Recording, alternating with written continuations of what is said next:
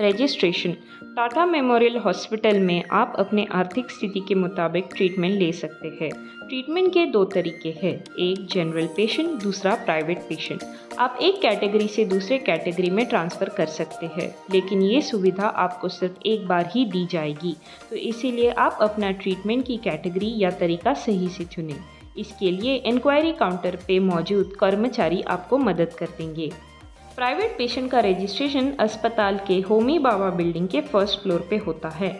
Treatment के लिए अगर आपके पास कोई इंश्योरेंस या आप जिस कंपनी में काम कर रहे हो उस कंपनी का क्रेडिट हो तो आपको हॉस्पिटल के अकाउंट डिपार्टमेंट में बात करनी होगी।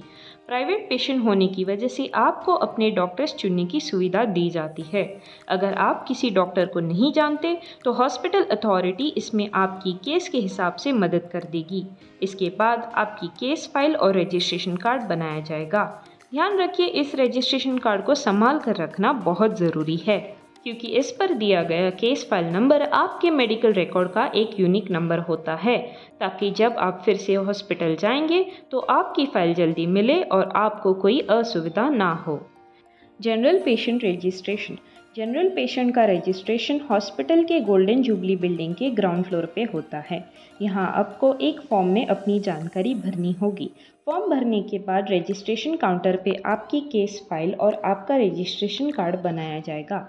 यहाँ पे एक सोशल मेडिकल वर्कर पेशेंट की पूछताछ करेगा और पेशेंट की आर्थिक स्थिति जानकर उसे नो चार्ज या फिर चार्ज में से किसी एक कैटेगरी में भर्ती करेगा। हॉस्पिटल के फीस में कंसेशन मिलने के लिए गवर्नमेंट स्कीम से जुड़े सभी डॉक्यूमेंट तैयार रखिए, जैसे रेशन कार्ड, इनकम प्रूफ, प्रधानमंत्री जन आरोग्य योजना कार्ड, आयुष्मान भारत कार्ड आदि।